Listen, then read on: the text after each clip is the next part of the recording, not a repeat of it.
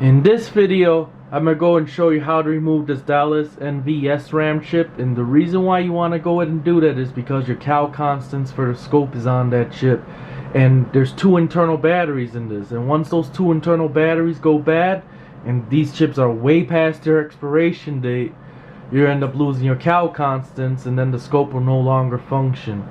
And the only way you'll be able to get into functional conditions to do a full calibration with special software, which is actually a Tektronix field software. But you know, if you don't have the computer, the interface, or the software to do it, and the test equipment of course, then you're not going to be able to do a calibration. You'll have to send it out to someone that does, and that costs money. So if your scope's still working, you want to go ahead and remove this chip right there, do a backup of it.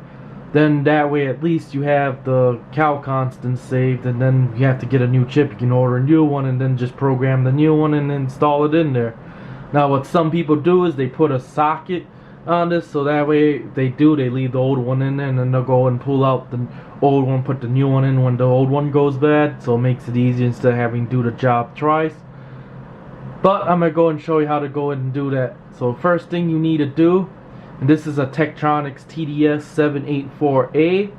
This will also work for TDS 5 series, 6 series, and 7 series that actually uses this Dallas NVSRAM. Now this one here is not as critical, but this does have your options for the scope too as well. Now on EEV blog and other sites there is actually ways to enable, and they kind of step you through on how to enable the options back on there. But either way it goes, if you don't want to worry about it, you can also do that one too as well. And that also has your configuration and the real-time clock on this actually too as well. Now for this particular one, if you're using most programmers, you want to go ahead and actually use, because you know the 1486 is not supported by most programmers, and you want to go and select DS1245. It's pretty much the same chip. The only difference on the chip is the fact that this has the clock on it, while the 1245 does not have the clock on it. So in other words, you have to set an offset when programming the chip on hex D, because the first 12 bytes are actually taken up by the clock on this. So I'm not going to do that one today. I might do that on another day and actually show you how to do that. But for now, I want to go and get this one off so I can go ahead and actually back it up and so forth. So first thing you need to do is remove the two power supply cables here. Remove the high-speed signal cable from the processor acquisition board. You want to go and disconnect all the rear cables, the front panel cable, your floppy cable, your video cable, and all that. So we're going to do that right now. So just be careful with this. Don't go in, just go slowly and then pull straight out. And then with these, same thing here, just go slowly so you don't end up bending them. And just take a firm grip, and then there you go. So that way you don't end up bending any, pins on there. And then we're going to go ahead and actually remove this here, which is the Tektronix interface and the RS-232 port. You do have to remove that to be able to slide the board out, and also to disconnect that cable, because this is actually what holds the board forward. So we're going to go ahead and do that. We're going to remove that, and then we're just going to go and slide this out here, hold the board forward, and just slide it out back and forth and get this completely out of the way. Okay, now we're going to go ahead and do these two here, and we're just going to go ahead there. Just be gentle with the cables. You don't gotta be forceful or anything. They'll slide out. And just go slowly so you don't end up damaging it. Then we'll go and flip the scope around so we can better see what I'm doing. Okay, here now we're at the floppy cable, and we're going to go ahead and grab a flat head screwdriver here. Actually, not that one. I want one a little bit bigger so I can have some leverage here. And then we're going to go and lift this blue tab on each side carefully. Okay, that side there, and that side here, so you don't damage the connector. And just go slow with it. If you go slow with it, you won't damage it. And then there you go. Okay. And take the ferrite bead out completely. Then we're going to disconnect the video cable right here that goes to the high voltage driver board. And then disconnect the cable there. and it's just wrapped around there, so I remember how it went in. And then we'll go ahead and do the front panel. We can actually slide it out and just disconnect the front panel board here. And we'll go ahead and do this one here. And then we'll just go ahead and be very careful with it though. Okay, I'm trying to go slowly on it so that way I don't bend the pins. And then once you slide it back out, it's going to be just pretty much sitting on it now on the post. So then you just go ahead and pretty much, once you get it centered and slide it back, you lift it like that. Oh, and the fan cable too, of course. And then there you go. There's your processing board in all its glory. So I'm going to go ahead and actually get the scope part off the bench, and then we'll go and just work with this board right here. I'll be right back with you once I'm done doing that. So here's the Tektronix TDS 784A processing board, and this is the part we're going to concentrate on because this is the one with the Dallas NVSRAM that has the cal constants and stuff on, and it's a 1650Y for those that want to know the model and stuff like that. But first thing you're going to need is a Heiko or any good base vacuum desoldering tool, and you want to make sure it's a good one. You want to make sure you don't use a tip that's too big, because then it won't make good suction to desolder. You want one that's appropriate size for, of course, what you're trying to do, which I have on here already. And then pretty much all you're going to do is wait till this heats up, of course, at appropriate temperature. Once it goes ahead and heats up, I don't see the light flashing though, but there you go. That light will flash on it, meaning it's ready to go. And then we're just going to simply go ahead, go over the pad very carefully, push the trigger, and you're going to look at that hole right there. And I'm not sure camera focusing, but you see there's no solder left. And that's what you want to make sure, that there is absolutely no solder. We'll go and do another one on camera. And you're just going to go one by one. And then do another one. Want to make sure you don't got the temperature too hot either. Just you know, give a couple seconds to recover too. And we'll go ahead and do one side of this chip, and then I'll do the other side off camera so I don't bore you guys.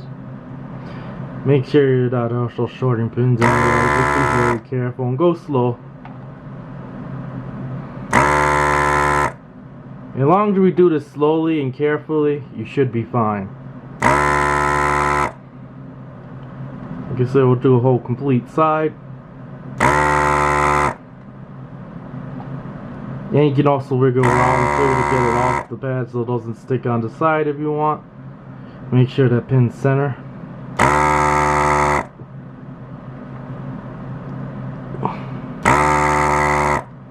You can put light pressure too on it, you don't have to put very much.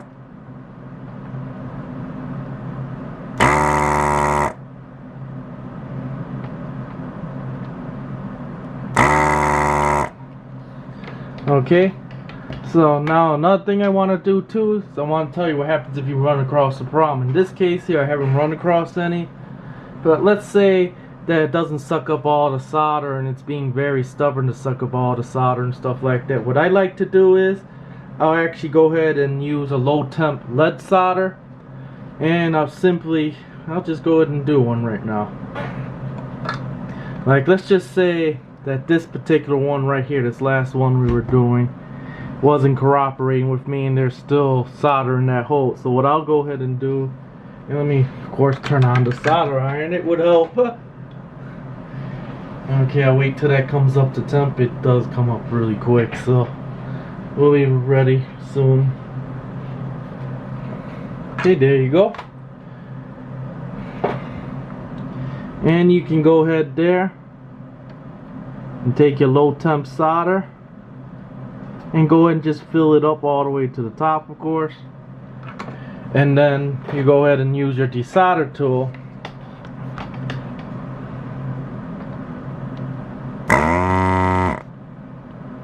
Ooh. There you go. And there you go.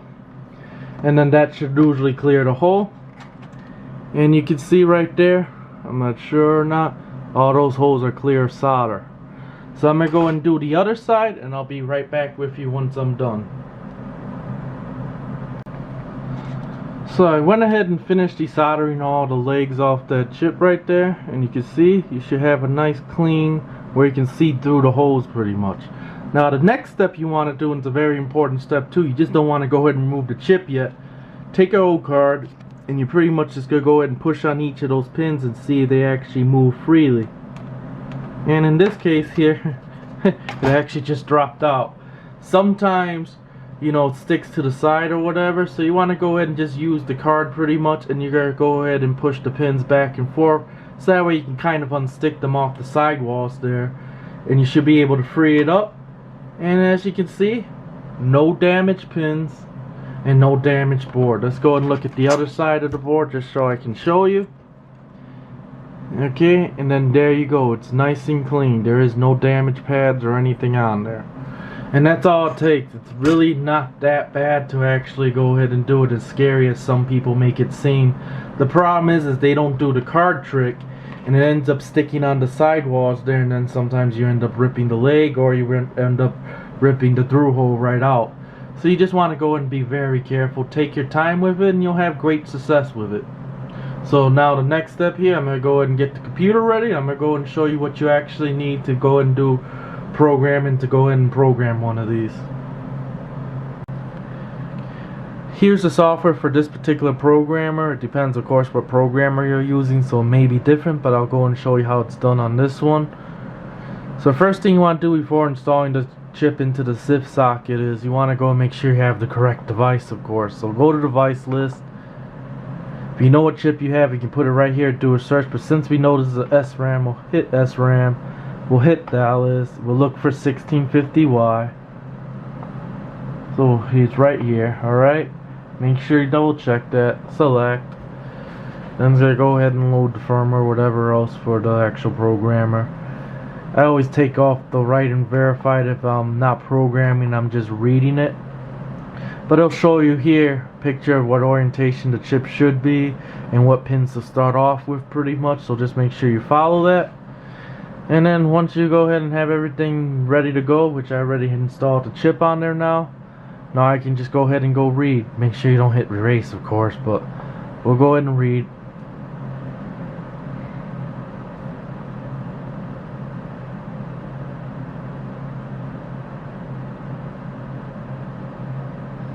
It'll take a little while, depends on how fast you're chipping, the speed and everything.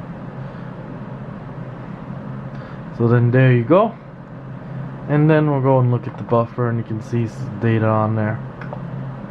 There's some of the data on there, of course. And we'll go down.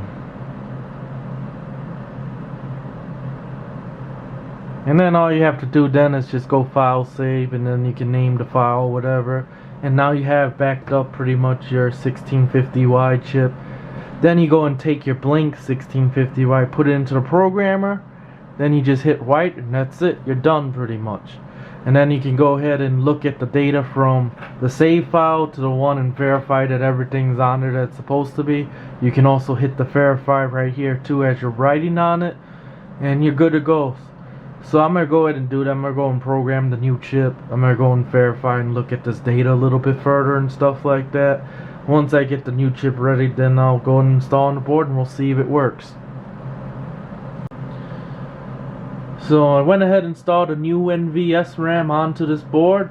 One thing to note though is make sure you do a nice clean job of soldering the actual chip back onto the board, and that you actually clean the flux off the board, because I've seen a lot of people do rework, and I can tell they did rework because they don't really do a good job in cleaning up after their mess. And the problem is with that is if you leave the flux on the board, it will over time end up eating through traces and stuff like that. So you always want to go and clean that leftover flux off with flux cleaner and a brush, and then just let it dry for a little bit, and then go ahead and dry it out.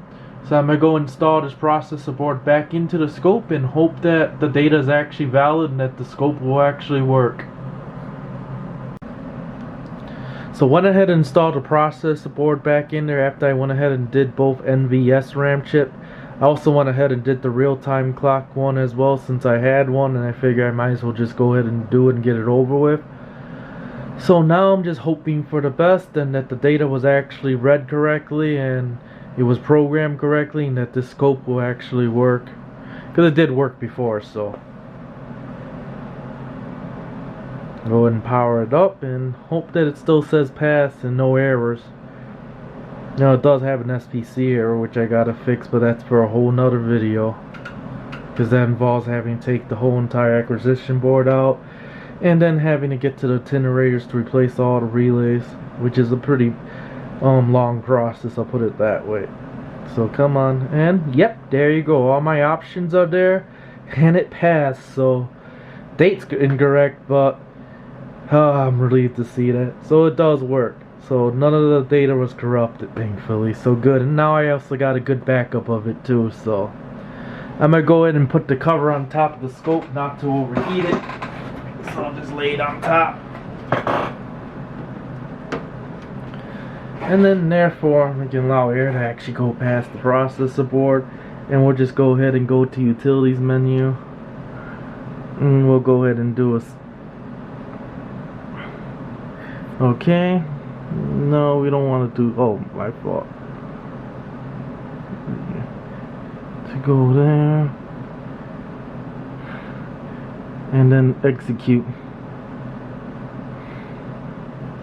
Okay, and then confirm. Let's see. And there you go, it's gonna do its thing, and that's normal. You will see lines go through the screen and do all kinds of funky stuff. You also hear towards the end the relays click and stuff. That's nothing saying there's nothing wrong, it's just doing a full hardware check. And this scope had several issues, and you can kind of see one of them, and one of them is that the shutter is going bad. Unfortunately, they all go bad like that. And what's shocking is this is actually a low hour scope, but yet the shutter's still failing. The CRT is nice and bright. Matter of fact, I turned down the intensity because it was actually too bright. So I'm not sure why the shutter side failed, because there's not really very many hours on this scope. I mean, as clean as you saw when I took it off, that's actually how I received it. So now what I did have to do was I had to replace the SRAM on the acquisition board for channel 1, because one of them was actually bad and was failing hardware tests. And I also had to recap the processor board, which I got the capacitors over there because they used those SMD capacitors. That also, a couple of them failed too on there, and that was also causing issues too. But now it does pass all the hardware tests. The only thing is it won't pass SPC, and that's because the relay on channel 1 is measuring at 1 ohm, while the other ones are measuring give or take higher or lower.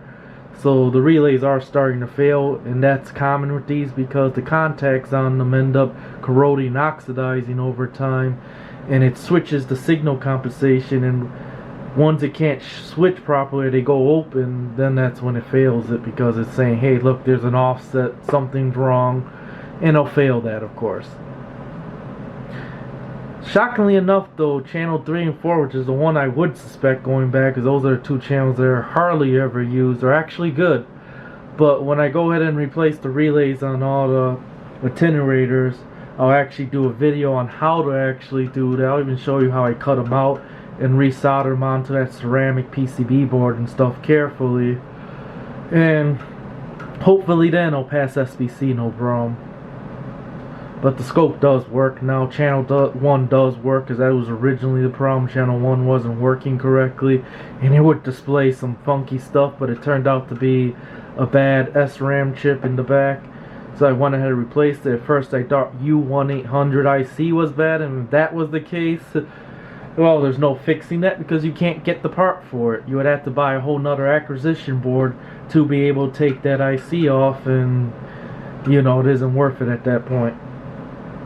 Now let's see what it says, and let's see if it passed everything. Come on. And yes, it passed everything, so that's good. But signal compensation, it's not gonna pass. I already know that, because the relays are bad, and it won't pass if the relays are bad. So let's just go down anyway, and I'll show you what it means. Yeah, alright. And you can see it says running, because I wasn't able to get work, but I'm not even gonna bother to, because I know it's gonna fail it anyway. And let's see, we got our channels 1 off, 2 off, 3 off. Maybe look at the trigger point to where the offset is. Okay, so let's just show you channel 1. And you can see how that's kind of lower and the arrow's up higher. That's because that relay is bad, so there's nothing I can do about that for now until I get the relays in. I already have them on their way. I ordered some Panasonic relays. They're exact replacements for that, so once those come in, I'll be pulling this acquisition board out once more again. And then you gotta go in and screw the whole attenuator assembly off that PCB board, and then you gotta go and desolder the center pin off the ceramic board, and then slide the hybrid completely out. I'll show you how to do that in a whole separate video, but the scope does work. Channel 1 technically does work fine. I used the scope already several times after doing the other fixes to it, so that's the only problem left now. So there you go. So it was a success. So I'm going to go and point the camera, show you some of the capacitors and the SRAM chip I had to replace on this thing earlier. Now as far as the SRAM go, the defective SRAM was on channel 1 and was that one right there. Originally I was about to give up on this scope. I spent literally days and hours on this scope trying to figure out what the problem was, and I was able to debug it to being that SRAM chip being faulty. But at first I originally took it as U100 was actually bad. Now I do actually have video footage of me going through the debugging process and all that other stuff and replacing that SRAM, so I may update that at a later time. And also another video I will be doing is on replacing the relays on these attenuators and stuff like that too as well, because that's something that it takes a long time and you got to be very careful with, and it'll probably make for an interesting video. So let's go and turn around over here. And there's 4 relays on each of these attenuators, and what happens over time is those contacts end up becoming oxidized and they don't make good contact and they go high resistance and stuff, and that's what usually causes the scope to fail SPC and so forth. And usually you can easily test, because I actually took the channel 1 out completely and I found it to be in channel 1 that one of the relays actually went, it was actually a little bit over 1 ohm if I remember, but it was higher than what it should have been. And that's what's causing it to fail SPC, because it's saying, hey look, it's out of range, I can't compensate, and that's why it will fail SPC. So I went ahead and ordered 16 Panasonic relays. It's not easy to do the relays on these because you're going in tight spaces. One relay covers literally the other one. You got to get a pin solder iron, which I'll show you right here. Okay, let me see if I can actually get in frame. But there you go, and it has to have quick recovery. Now, what I mean by that is that this actually has the sensor and everything in this here, so that way it heats up really quick and it recovers the heat quickly and stuff like that, instead of just having a piece of metal over this where it got to heat up and stuff, and it takes longer for the temperature to actually recover. Now that is absolutely required to actually be able to replace the relays on this, because if you don't got a solder iron quick enough recovery and stuff like that, you can actually take a chance in damaging traces on the actual ceramic PCB, because ceramic will actually soak up a lot of heat as you're soldering on the ceramic board and stuff like that. Now as far as solder, I do use silver because you have to, you know what I mean? It's just something, it's easier, it's lower temperature and stuff like that, and then that way there I don't gotta worry about thermal recovery problems and stuff like that. So I'll go ahead and show you step by step on how to do it, how to remove these, how to clean the contacts on the hybrids and everything like that. That's going to be a whole probably longer video, because it is going to take a while, because I'm going to do all 4 of them. I'm not just going to do channel 1, even though the problem is only in channel 1. I might as well just go and do them all so I don't have to take this apart, because I do plan on using the scope for a very long time, and I might as well just do it right. So this concludes the video, and there'll be more videos of this particular scope down the road.